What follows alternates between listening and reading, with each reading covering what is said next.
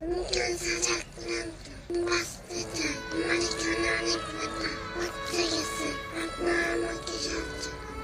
দর্শক হয়তো 10টা টাকা দেন নাই, ভিডিওটা একবার শেয়ার দেন। আপনার একটি শেয়ার এই যে দেখেন, এই ক্যান্সার আক্রান্ত রোগী পেতে পারে 10টি টাকা পায়।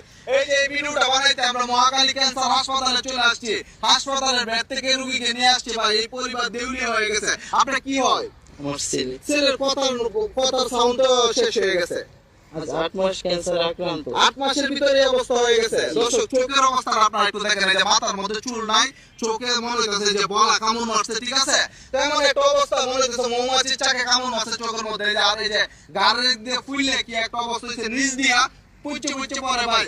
আল্লাহর রাস্তা 10-20 টাকা দান করুন, আপনার জীবনে তো অনেক টাকা সাহায্য করছেন।